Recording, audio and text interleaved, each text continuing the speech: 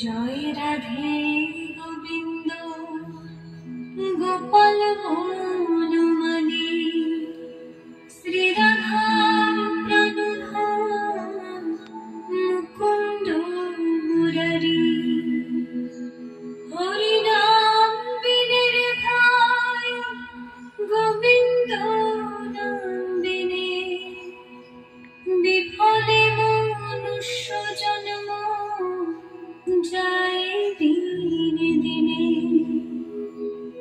দিন গেল মিছে কাজে রাত্রি গেল নিদ্রে না ভজিল রাধা কৃষ্ণ চরণার বৃন্দে।